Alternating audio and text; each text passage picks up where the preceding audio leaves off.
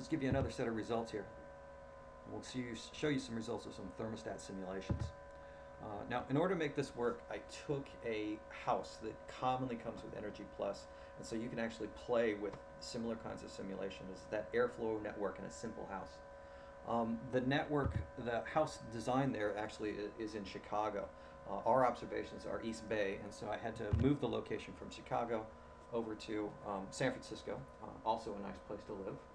And we wanted to make sure that the weather was being used there, that kind of stuff. And so it's relatively small changes. It's only the thermostat settings that we're going to be changing there.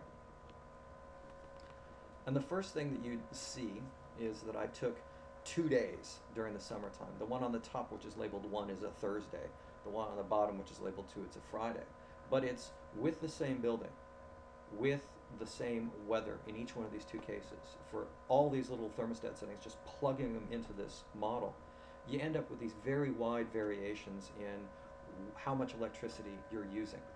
You can see, we're looking at, a lower bound of approximately 20 kilowatt hours in that day, an upper bound of about 50, but that's a large variation in electricity use for just having different thermostat settings in different houses on that one particular day. So just to reiterate, what we're doing here basically is taking the identical house, the identical equipment, the identical weather, and what we're changing are the actual observed empirical patterns of thermostat changes observed in that weather setting, and finding these kinds of fairly extreme differences in the resulting model destined KWH.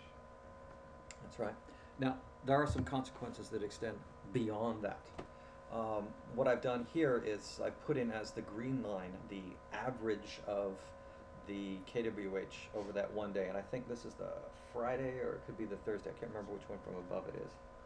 And the red line, what that is that I took all those thermostat settings that we had for these households, and I found the average thermostat setting within each hour, and I ran that into Energy Plus to find out how much KWH we would use. And so what I'm doing here with the green line is I'm taking the average, or rather I'm finding the KWH from the thermostats and then taking the average. For the red line, I'm reversing that expectation. I'm taking the average thermostat settings and running it through the model. And so what I'm doing here is showing that technique of using average behavior to quote-unquote get average KWH really doesn't work. There's this persistent difference that's there. And the persistent difference can be for a couple of reasons. One is that Energy Plus is actually sophisticated. It is non-linear in thermostat settings, and you don't expect them to be different in that case. So it does something which is non-trivial. Second, if you're putting in these average thermostat settings, you're missing the autocorrelation, the dependency of the thermostat setting in 1 hour on what it was the previous hour, and that's not necessarily covered within these settings.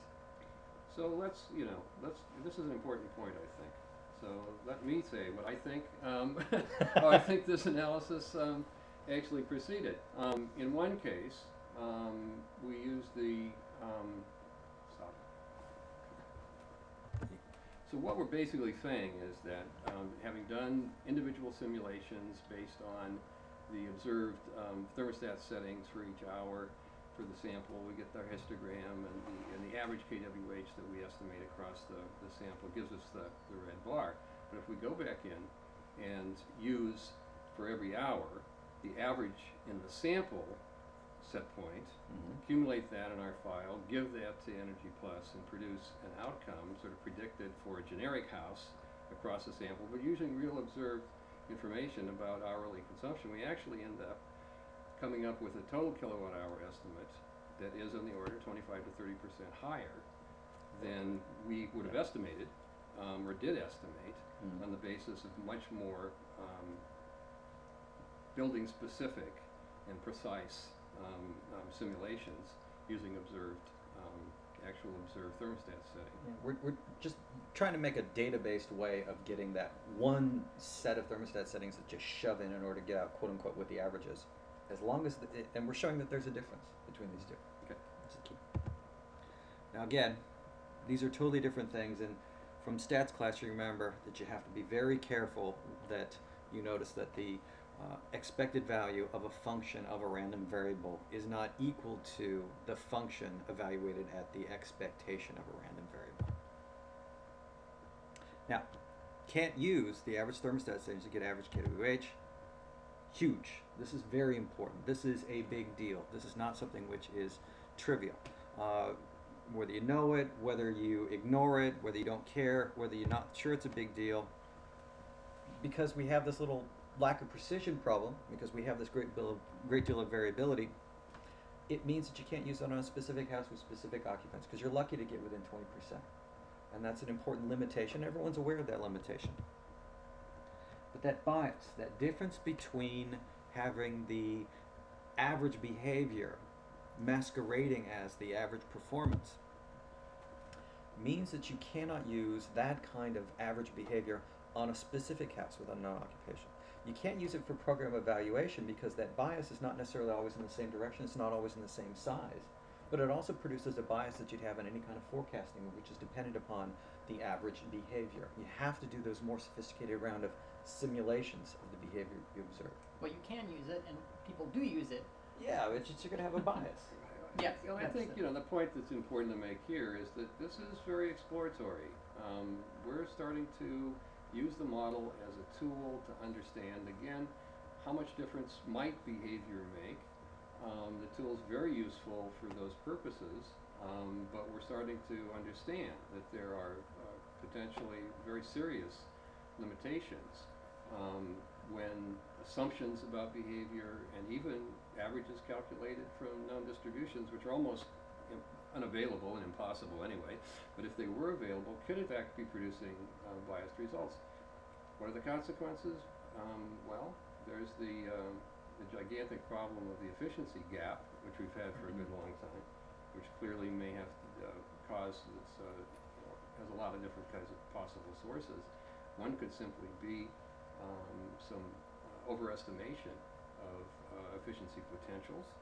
Could result in underachievement by efficiency, or seeming underachievement by efficiency programs, which may not in fact be as large as has been estimated. And our sort of exploration also points to, and we'll show more on this in a bit, that it's very hard to get the sort of behavioral data that you think that you would want for this kind of thing. When are people there? What else do they do? How do they use their thermostats? Okay. So let's go ahead and get you some of that day-to-day variation. And the graphic that you're looking at here has a box plot for each household.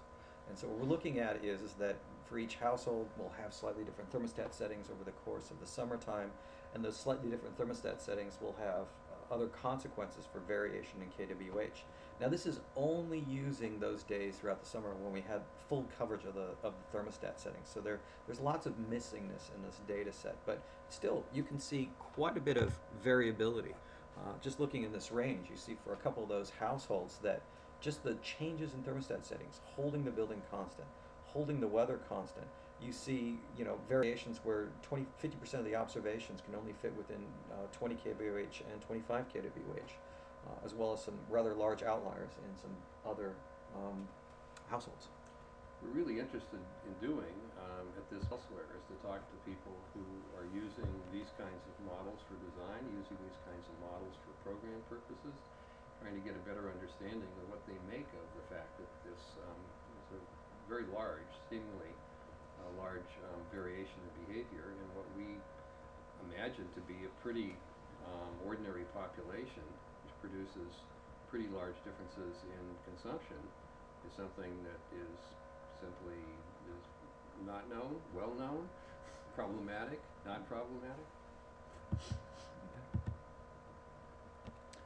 Now, the graphic here just uses all those full days and pools them together, so we don't care if it's a different household or not. Some of the households have more full days of observations, but this is just finding out the kWh consequences of all the days of thermostat settings that we have over the course of the summer.